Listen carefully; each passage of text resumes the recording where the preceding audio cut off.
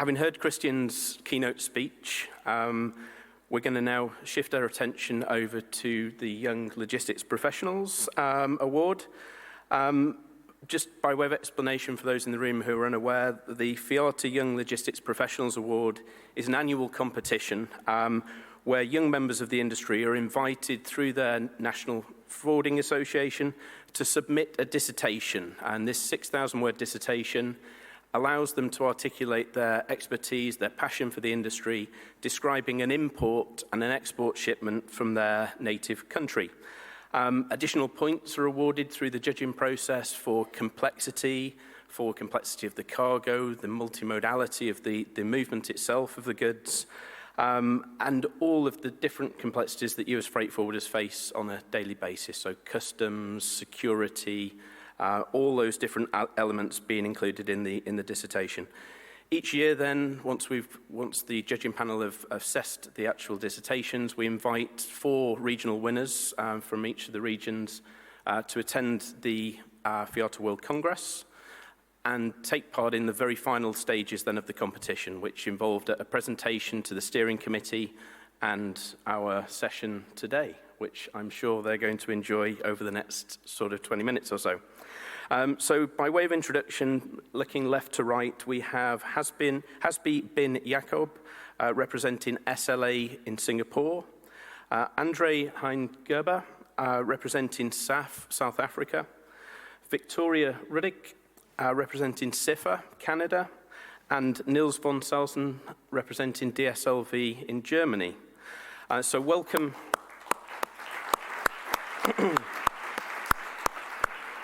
So welcome to you all. Many congratulations for reaching this stage of the competition and everything that you've achieved so far.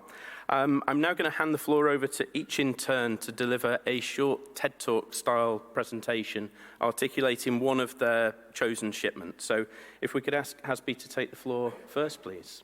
Thank you.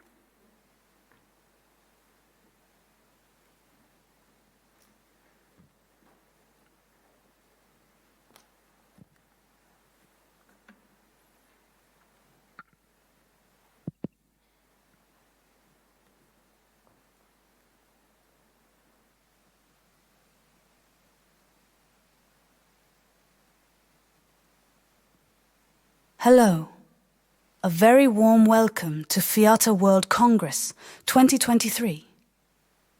I hope you are comfortably seated as we get this presentation going. All right. A very good afternoon to Michael Yawut, winners of the regional winners, and to everyone in the audience. I am Hasby Bin Yakob.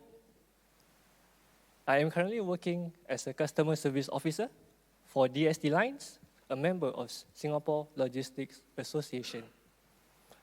The speech you heard earlier was made via text-to-speech technology.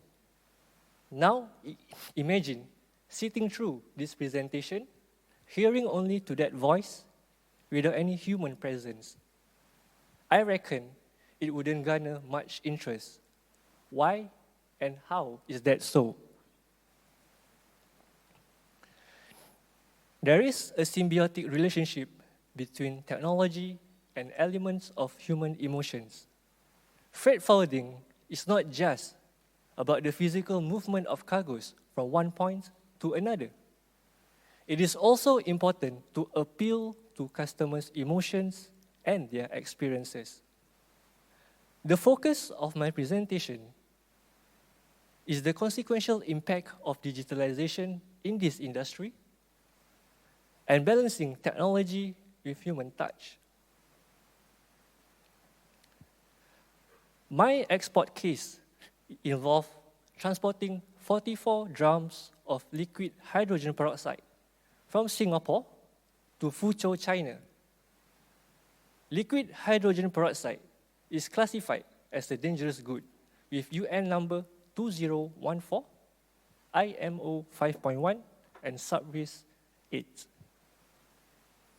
I was tasked to oversee the delivery of a single 40 high cube unit to customers' warehouse in Singapore.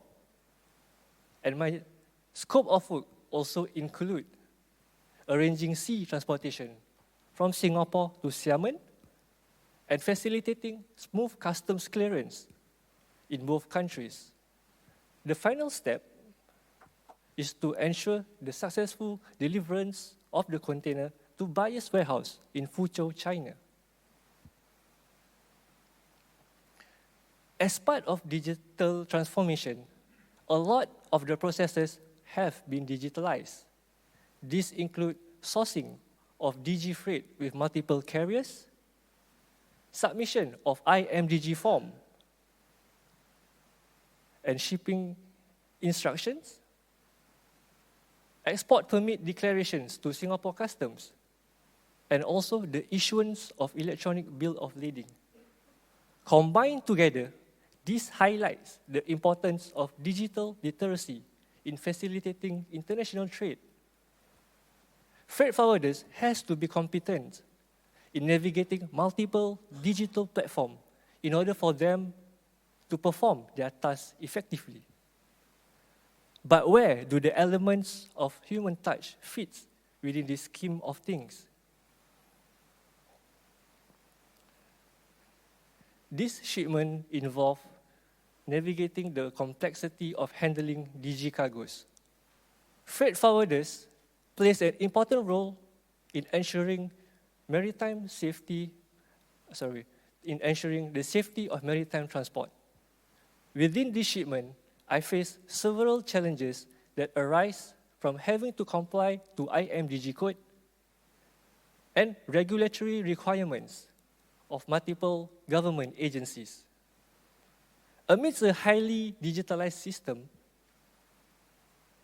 effective human touch were employed across the range of problems to allow for an efficient resolution to the problem. In the next slide, I will espouse on one critical human touch that was used, and although it is minute, it is often overlooked. The human touch that I am referring to is the effective communication of crucial information to customer. Initially, my customer was not aware of a very important requirement, which requires them to paste Chinese language GHS label on each of the drums. My intervention includes communicating this piece of information to them. Hearing this in foresight might render this intervention as a minor one. However, it was this necessary intervention that enables me to avoid serious customs delay in Xiamen and also avoid costly demurrage and detention costs from incurring. The successful deliverance of the container was made possible by the simple human touch of communicating with customers.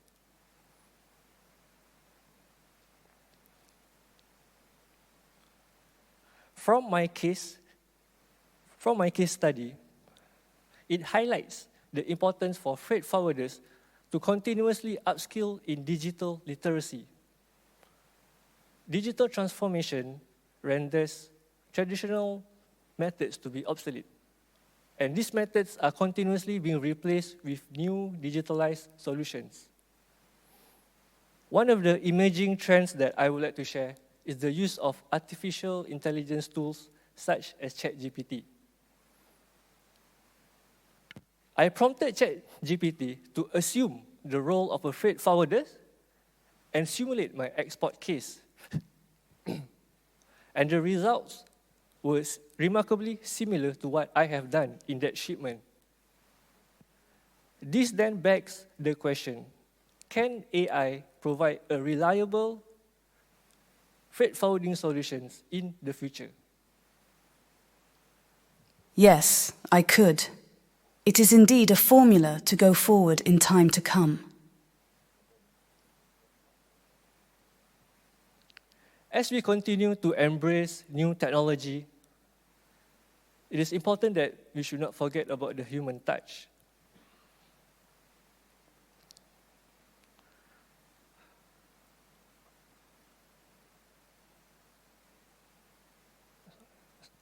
As we continue to embrace new technology, it is important that we should not forget about the human touch.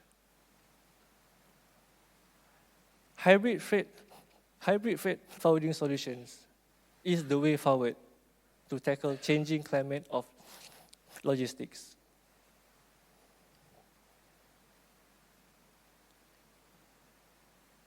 It will accentuate our reliability and trustworthiness as a freight forwarders, which in turn will go a long way in assuring our customers of our quality and standards.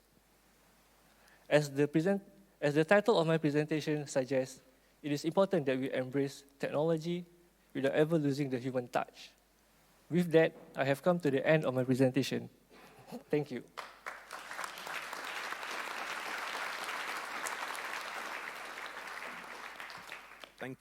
Thank you very much.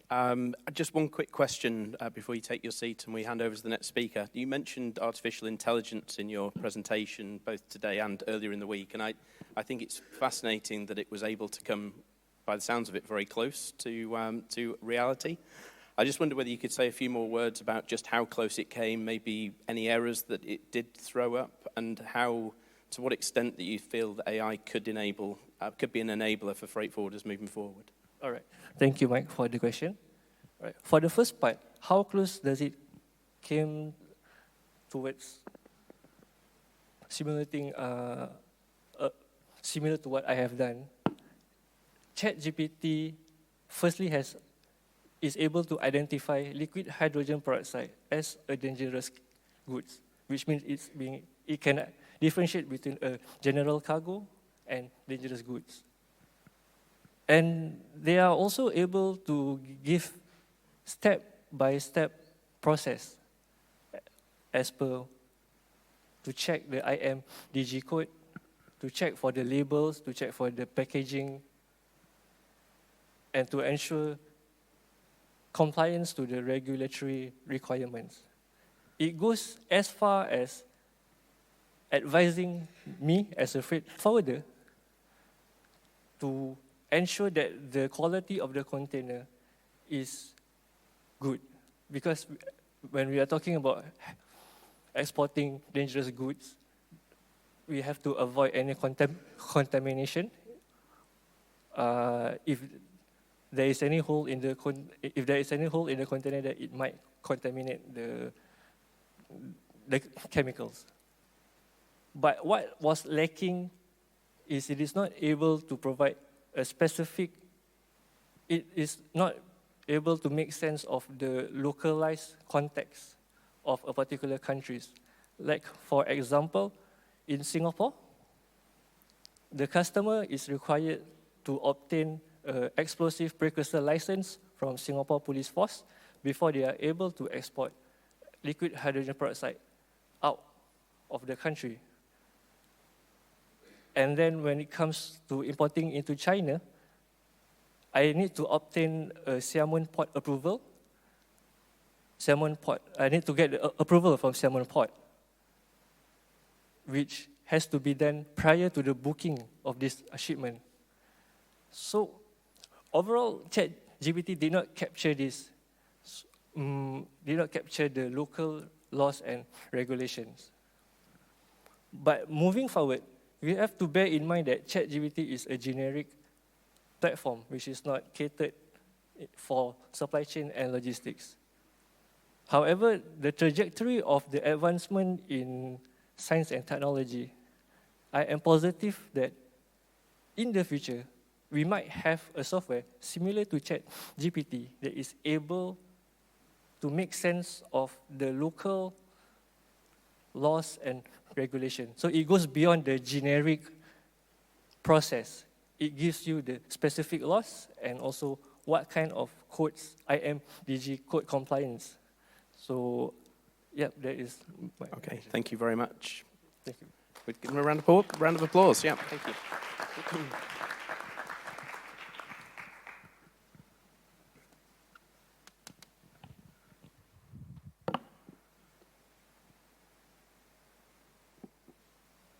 Good afternoon, ladies and gentlemen. My name is Andrea Gerber, and I am proud to represent Region Africa and Middle East today.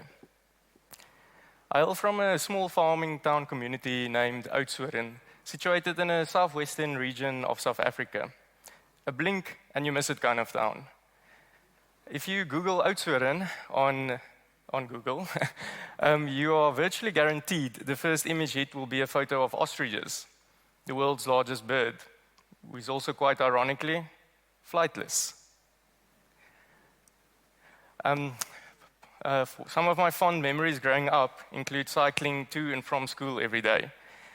For those of you with a keen eye, yes, I did intentionally include photos of Wout van Aert, Belgium's darling cyclist, in my presentation. I still regularly cycle and every so often partake in races. However, in the context of a weekend warrior, as far as our local cycling lingo goes. With cycling, endurance is of the utmost importance to simply keep the wheels moving. However, considering endurance from a South African perspective, a different animal comes to mind. I want to take you to an African sunset and the sounds you are likely to hear.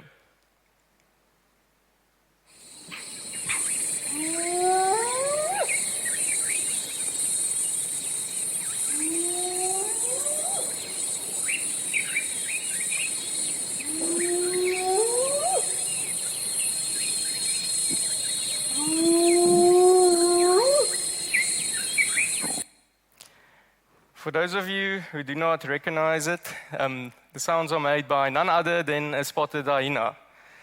Iconic to Africa and made infamous in 1994 thanks to Walt Disney Company in the animated film The Lion King. Spotted hyenas, you might be wondering why am I mentioning that today. I believe there's important parallels that can be drawn between the spotted hyena from the perspective of planning, teamwork and cooperation when compared to freight forwarding. Furthermore, there's also important lessons that we can learn from them in terms of sustainability. The spotted hyena are very misunderstood animals, primarily due to always being portrayed in pop culture as villains. They are, however, very social animals and live in large territorial groups called clans. Clans can number up to 130 members and are, interestingly enough, matriarchies with alpha females leading them. I intentionally emphasize that. Alpha females perform important leadership roles as they usually stage pack hunts. Pack hunts are well planned in that spotted hyenas stalk their prey for up to 30 kilometers. They then select the easiest targets from their prey that they are busy stalking, usually old or sick animals, and then they isolate them from the herd before proceeding to chase them down, usually within 5 kilometers, and then killing them. Considering the planning that goes into staged pack hunts by spotted hyenas, for my import shipment, the importation of a 248-ton super abnormal reactor, also lots of pre-planning, cooperation, and teamwork had to ensue. The commercial term identified the shipping term as FAS, Porto Marghera, and the reactor had to be shipped from the Venetian port in Italy down to Durban port, South Africa, with the final destination being a refinery 25 kilometers south of Durban. Part of the pre-planning phase involved selecting the correct vessel as well as the terms thereof. Requirements were that the vessel had to be able to carry hazardous cargo, as well as being able to handle a super abnormal shipment of that size. The vessel selected had 2 cranes situated portside, both with a capacity of 250 tons. and the shipping terms were hook to hook, as well as the arrangements were made on a direct shipment basis on a part charter shipment. As we are all aware, in international trade, despite the best laid plans, there is no guarantee of delivering as desired.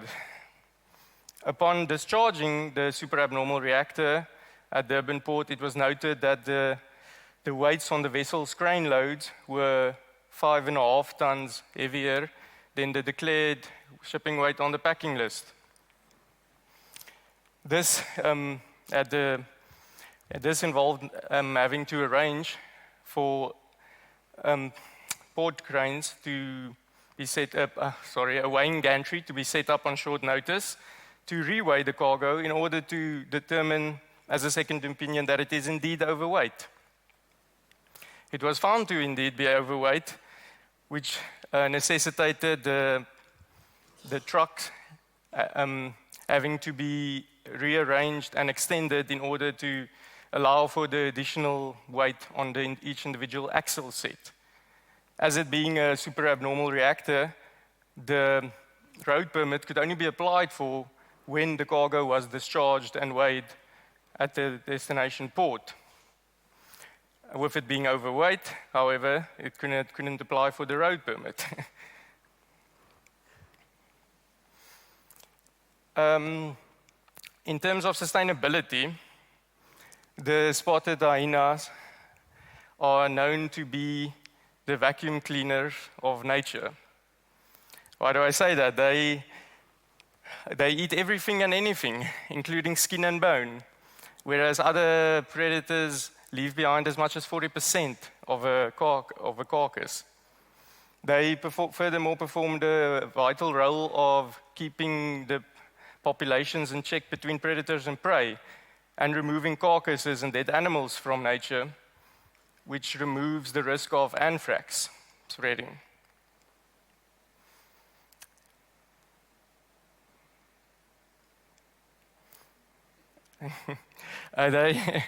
With being said, the vacuum cleaners of nature, they also have a bone-crunching bite, which can exert a pressure of 800 kilograms per centimeter. To contextualize, this is approximately 11 times more powerful than a human bite.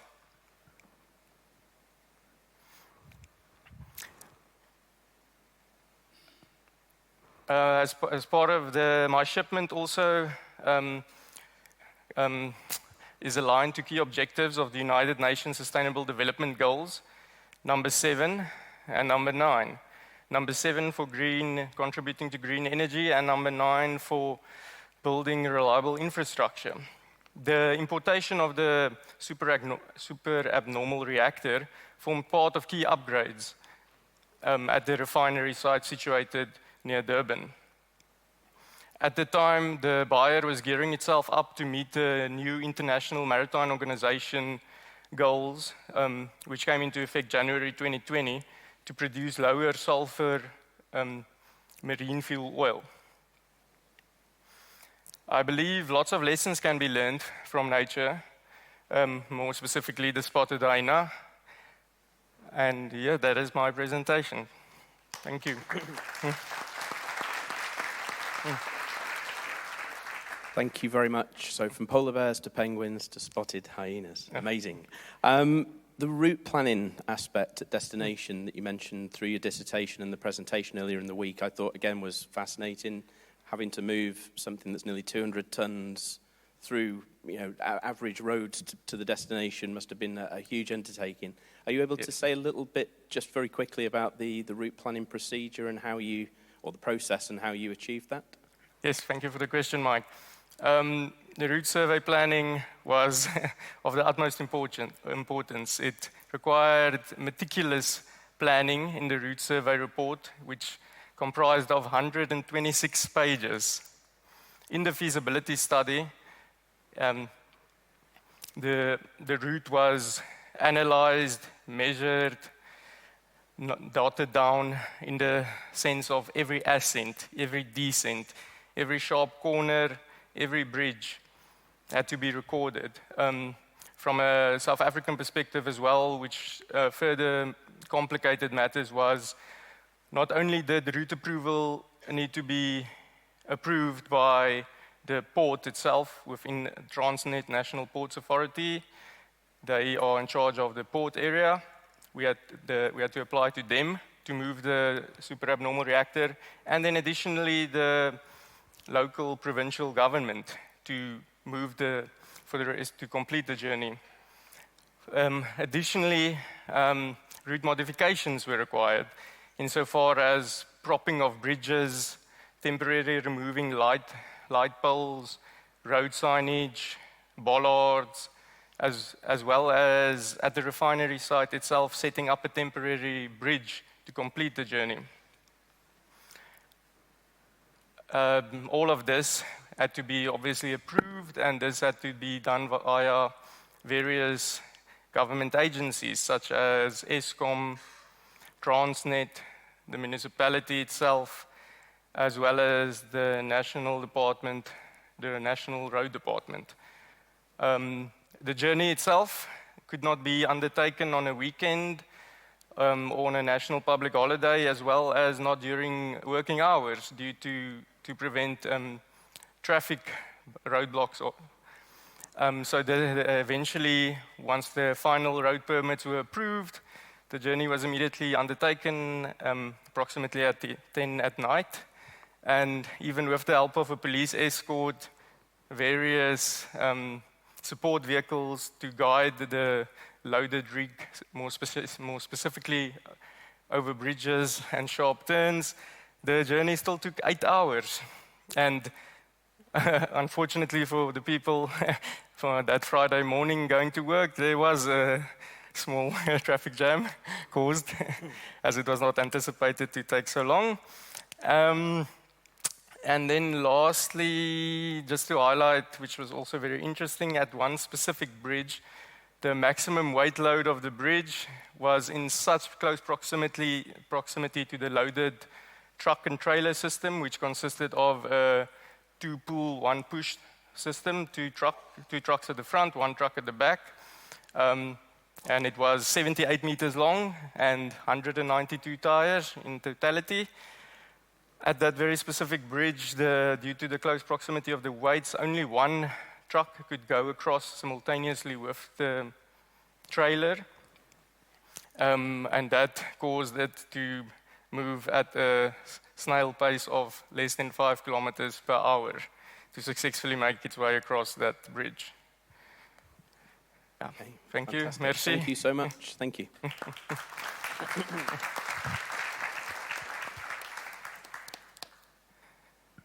Victoria. There you go.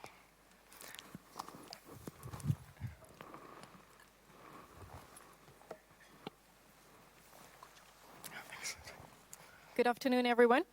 My name is Victoria, and I'm here representing Region Americas.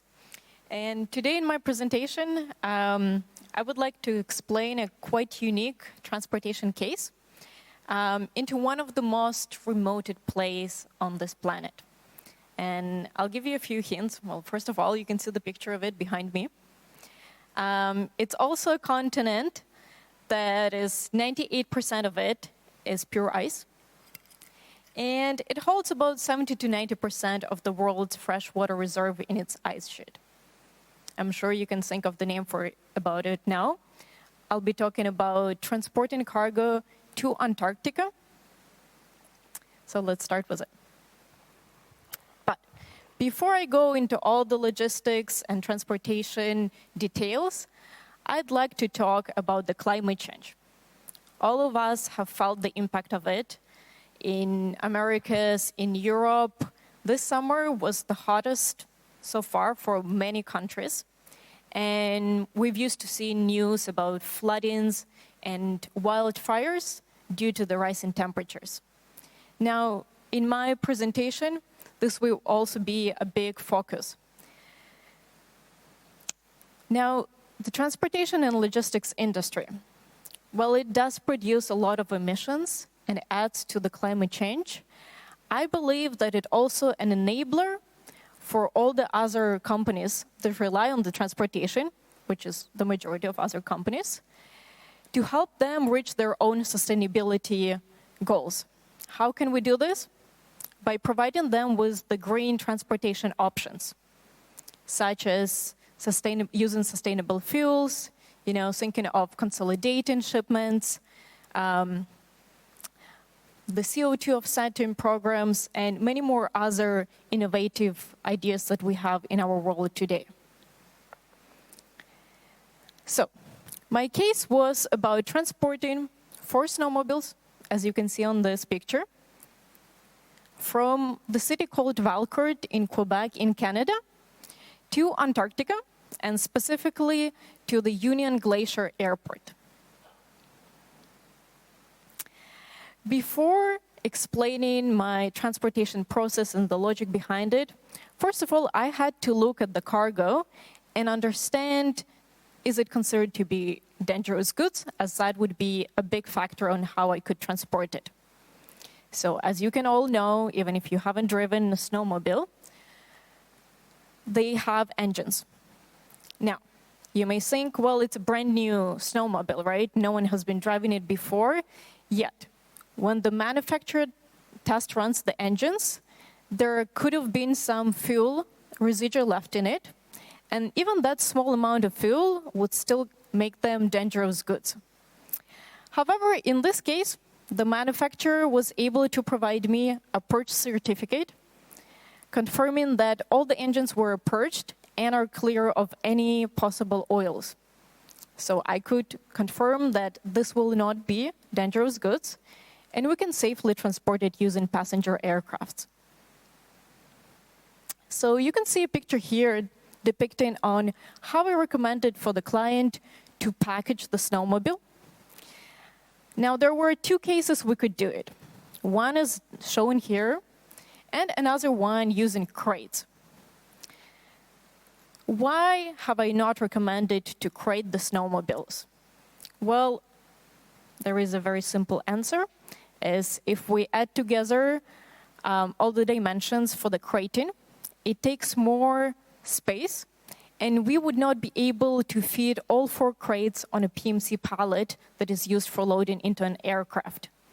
Now, on the other hand, the cardboard box with a pallet attached on the bottom, as depicted here, is exactly enough in dimensions to fit all 4 on the PMC. But we don't want to forget that this is going to be a long journey. So I have also recommended for client a few things. First of all, removing certain parts from the snowmobile, such as windshield, and putting it near the skis by the pallet. Make sure that it's attached to the pallet, and apply different things to it so that it does not move during the transportation within the cardboard box. I've also recommended them to add lots of cushioning for the extra protection. However, I made sure to advise not to use any polystyrene, as that is strictly forbidden under the Antarctic Treaty and would not be allowed to come to the continent. Now, the fun part. How do we get those there? Do I go online, just, put my origin, destination, make a booking? I wish. It was a bit more complicated. There were a limited number of carriers that could provide such service. So I worked with 2 different types of carriers. First is the charters companies that could provide a charter cargo plane to fly there, and also a company called Antarctic Logistics Expeditions. They provide 2 services. First is for travelers that are eager to learn about the Antarctic continent. And also, they provide logistics services as to move cargo. So I had a choice. Do I book a charter plane, load my cargo in there, or do I use a plane that's already transporting the passengers? Well, you can see the answer behind me. I have recommended client to proceed with Antarctic Logistics and Expeditions, particularly with their Boeing 757 aircraft that's already transporting the passengers, as, of course, that is way more sustainable option. And it also appears to be a cheaper option. Now, another thing I'd like to note about this particular move is until 2015, that would not be possible. So as you can see, this plane is landing on something called Blue Ice Runway, and it gets prepared about 3-4 days before the plane needs to land. So they clear out all the ice to make sure that there is no snow left, so that such big commercial planes as Boeing 757 can land on it. And here is a depiction of the total route that I have recommended to the client. As you can see, first from the factory, the snowmobiles would be picked up, then brought to the airline for screening.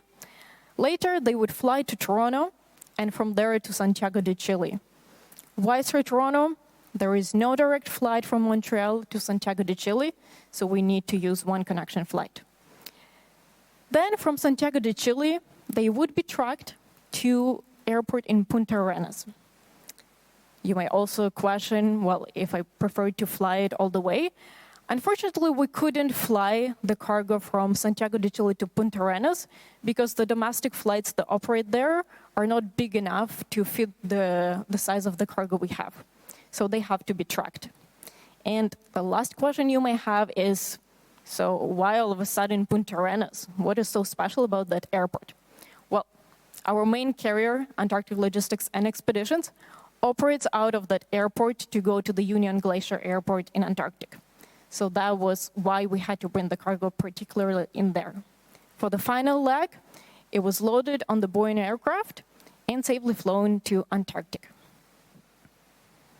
Thank you so much. And now I'd like to open the stage to any questions. Thank you.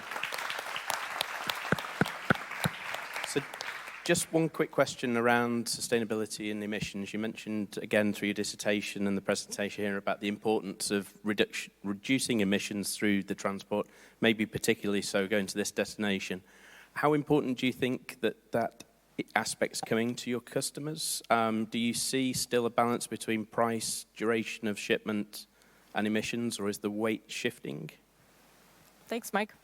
I definitely see in my workplace a trend of clients that come asking for more sustainable solutions, and they're willing to pay that extra cost that oftentimes comes with it.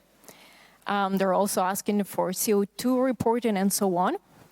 And I think it's, due to some companies having their corporate structure or maybe sustainability strategy, or because their final customers demand it. And this is probably the word we've heard from different sessions before. I think the increase of transparency and importance of it pushes all other companies to think more sustainable and more green. Now, at the same time, I do have to mention that after the COVID pandemic we've been through, it has impacted every one of us, of course, but also a lot of manufacturers and suppliers. For their transportation needs, they had to pay a lot during those times. We all remember the prices of transporting. And currently, they're under very, very big pressure to make sure that they can reduce their transportation costs as much as possible. And so I think this is something that prevents more companies of, making the decision where they pay a bit more, but they use a more sustainable solution. So I'm really hoping and looking forward to the time where that trend is going to be changing, and we will see more and more clients willing to switch to a greener solution. Fantastic. Thank you very much. Thank you.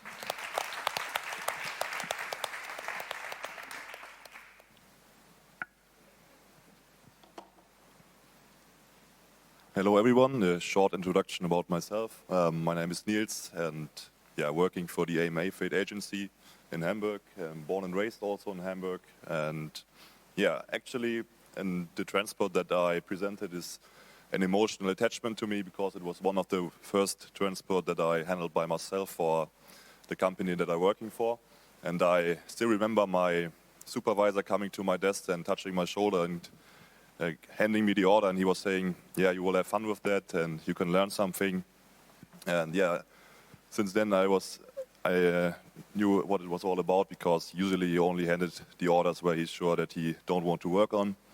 And yeah, then I took a look into the file, and I saw it's a tank container from Malaysia to Hamburg.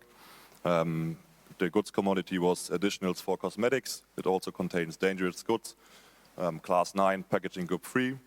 In addition to that, we had to arrange a quality inspection in Hamburg, because it was a triangle business between a customer located in Hamburg and the final recipient in southern Germany. And the tank container will be delivered to the location from the final recipient and will be then pumped into the bigger tank from the recipient. And yeah, in addition to that, I received a phone call from my customer, and he advised that we also had to take care of the kosher certificate from the supplier. And yeah, usually kosher refers to food to be prepared in accordance with the Jewish dietary law, but there are also some requirements for transport where we had to take care. And yeah, they're doing this because they can serve a larger clientele throughout this option. Yeah, the Incoterm of the shipment was FOB Port Malaysia, Port Kelang, and that means we also have an overseas part inside, and therefore we contacted our local office in Malaysia, and they contacted the supplier, and they are fixing the last details, such as cargo readiness date, fixing the IMO details and all this stuff. And then we checking the shipping schedule with them, and finally, after everything is confirmed, we submitted the booking to the carrier, also in coordination with our customer in Hamburg. And yeah, then together with the freight forwarding agency from the supplier, we will arrange the transport to this container yard and also catch all necessary closings, such as CY closing, VGM closing, and shipping instructions closing. And yeah, then finally the container will sail from Malaysia, and we will receive the pre-alert from our office containing the commercial invoice, packing list, and the debit note. And yeah, it's also the base for our later customs clearance, but I will exclude this part from my presentation because I think it will bore you very, very quickly. Maybe one interesting fact that we can submit the REX number on a customs clearance where we have customs deduction, so we can lower the cost for our customer, and we can prepare and send the customs clearance 7 days prior to the vessel's arrival. And yeah, in the meantime, we share the order with our service provider for the on-carriage, and he was contacting me and saying, what about the viscosity from this product? And I opened my Google search because I had no clue what viscosity actually is, and I found out that it defines the character from a product when it's liquid or solid. So it's influenced by the temperature. So I contacted my customer again and asked him about the heating instructions, and yeah, he shared them with me accordingly, and we had to heat up the container at least to 70 degrees and up to 75 degrees, and may not exceed a temperature of 80 degrees in order to not destroy the goods in the end. Yeah, then after the customs clearance is finally finished, we can deliver the container to the sampling depot, where we will make the quality inspection, which means we will heat up the container to the recommended temperature and draw a sample through the bottom valve. And then we will also appoint a surveyor for this operation, because he's the neutral person between our customer and the final recipient, and he will observe the sample drawing. Yeah, then the sample is sent to the chosen laboratory, and yeah, then we will wait for the confirmation in order to proceed. This can take up to 15 days, and in the meanwhile, we drop the container at the heating depot in order to reduce some costs, such as chassis rental or this stuff. And yeah, once we receive the confirmation, we will arrange the on-carriage with combined transport, which means we will transport the container to the rail station, from the rail station to a rail station nearby our customer, and then we will arrange the last mile transport by truck again. Usually you would have to heat up the container again, because of course during 15 days of storage the container will lose some of the temperature, but in this case it's not necessary, because this final recipient has his own equipment and can heat up the container by himself. Yeah, and then after the delivery, we can finally pick up the container again. After the confirmation, the container is empty, bring it back to the rail station, bring it back to Hamburg, and bring it back to the nominated depot from the carrier. reason is that we cannot drop it in the hinterland depot because it's special equipment, and yeah, carrier is not offering this option. Yeah, and once I raised the invoice for this file and also closed the file, my supervisor came to my desk again, touching my shoulder again, and was saying, "Okay, you're doing a great job." And I feel like since then he is finally accepting me completely in his department. Thank you very much. So you chose there very complex cargo, bulk liquid, dangerous goods, kosher goods. Are you able to tell us a little bit about the preparation, the selection of tank container and that process quickly? Yeah, when it comes to kosher requirements for transports, it's necessary to contact the carrier in advance. And you request a tank file from them, and you can see the tank history with the last products inside the tank. And there we will see it's important to see the last 3 products, and they also have to be kosher confirmed. And on top of that, you have to request a cleaning certificate from the tank, and then with all this information together, including the product information, you will submit them to the nominated rabbi. He will check all necessary documents and then finally make a stamp. And on top of that, there are some seals mentioned on the certificate, and it's particularly important to inform all parties involved in this transport to take care to not break the seal, because otherwise you may cause depreciation or even worse. Fantastic. Thank you very much again. Much appreciated. So that brings us to the end of the YLP talk show. I sincerely apologise, we've run a little bit over time, so hopefully that's not going to have too much of an impact for the rest of the sessions due to take place this afternoon. I'd just like to take a quick opportunity to thank very much our guest speakers today. So Christian, who's sat at the front over there, Hasby, Andre, Victoria and Nils, thank you very, very much for your participation today. The guys here will be around for the rest of the Congress. If you do have any further questions, please feel free to approach. Thank you very much for your attention and time. Thank you. Thank you.